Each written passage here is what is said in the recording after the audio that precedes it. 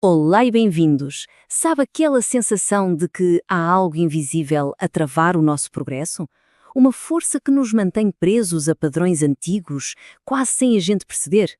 Pois bem, neste nosso mergulho nos ensinamentos de Silvana Maara, vamos descobrir como podemos não só identificar, mas também a reescrever essa programação interna. O objetivo?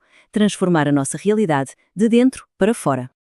Então, a nossa jornada aqui vai ter 5 passos essenciais. Primeiro, vamos desvendar o que é a tal arquitetura invisível da nossa mente. Depois, vamos mergulhar nos sistemas de crenças que nos limitam. A seguir, vamos descobrir o grande ponto de viragem que nos pode libertar. Em quarto lugar, vamos aprender a operar com uma nova autoridade espiritual e, finalmente, vamos ver como pôr tudo isto em prática para reescrever o nosso destino. Vamos a isso. Para começar, vamos a uma ideia central. O nosso mundo interior não é um caos. Pelo contrário, ele é construído sobre uma arquitetura invisível. Uma programação fundamental que se instala bem no início da nossa vida e que, acreditem, governa quase tudo o que fazemos. E esta escritura é usada como uma pista para a gente entender o que é essa tal de estrutura. A ideia aqui é que não se fala só do nosso corpo, do físico, mas sim da nossa constituição mental, psicológica, um projeto que, segundo esta perspectiva, Deus conhece nos mínimos detalhes. Pensem nisto como nosso software original, a programação subconsciente que foi instalada bem cedo. É o programa que corre em segundo plano a ditar os nossos comportamentos, as nossas reações e até a nossa identidade. E o mais incrível é que na maior parte do tempo a gente nem se apercebe que ele está correndo. Certo, então já entendemos a estrutura. Mas o que acontece quando essa programação fundamental é, digamos, contaminada com negatividade? O que acontece quando o software vem com vírus? E esta metáfora das árvores é muito poderosa, porque não estamos a falar de pensamentos soltos que vêm e vão. Não, são sistemas bem arraizados, com raízes profundas e ramos que se espalham por tudo na nossa vida, desde as finanças aos relacionamentos. E agora, segurem-se, 95%. É isso mesmo, pensem no que isso significa. Durante a esmagadora maioria do nosso dia, não estamos no controle consciente. As nossas decisões, as nossas reações são automáticas, ditadas por estas árvores que foram plantadas há anos. O poder que elas têm sobre nós é imenso. E de onde vêm essas sementes? Bem, de todo lado. Palavras que os pais disseram, declarações de figuras de autoridade, padrões familiares que se repetem de geração em geração e até aquela vozinha interna de autocrítica. Tudo isto pode acabar por se tornar uma profecia que se cumpre sozinha, moldando a nossa realidade. Então, a pergunta de $1 milhão é: como é que a gente arranca estas árvores pela raiz? A solução proposta aqui é radical. Vai muito além de simplesmente pensar positivo. É sobre uma experiência profundamente transformadora, centrada na cruz. E isto leva-nos a uma reflexão bem profunda. Todos nós carregamos pesos do passado, certo? Um eu antigo que precisa de morrer para que algo novo possa nascer.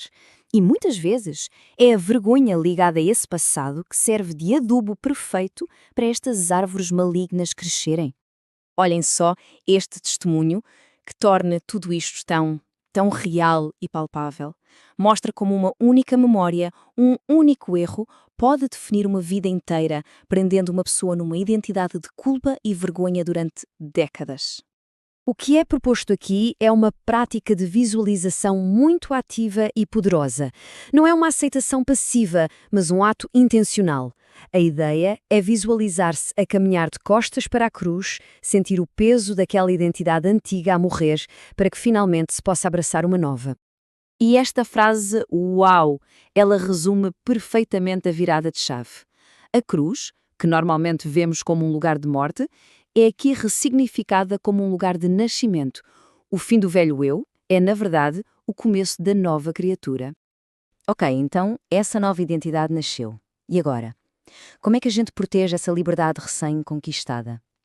É aqui que entra uma ferramenta bem proativa, um enquadramento que é quase jurídico-espiritual.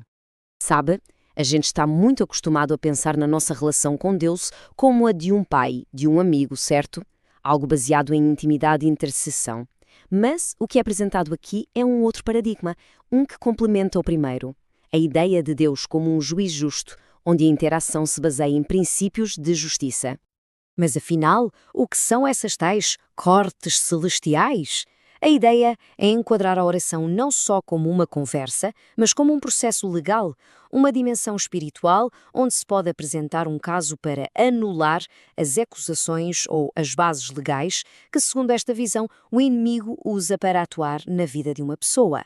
E chegamos à parte final, onde todas as peças se encaixam. Vamos ver como aplicar esta nova compreensão de autoridade espiritual de uma forma bem prática para sairmos daquela posição de vítima e assumirmos uma posição de vencedor, reescrevendo ativamente a nossa própria realidade. Então, o que é que se combate nestas cortes? Decretos malignos. Pensem neles como palavras com peso de lei no mundo espiritual.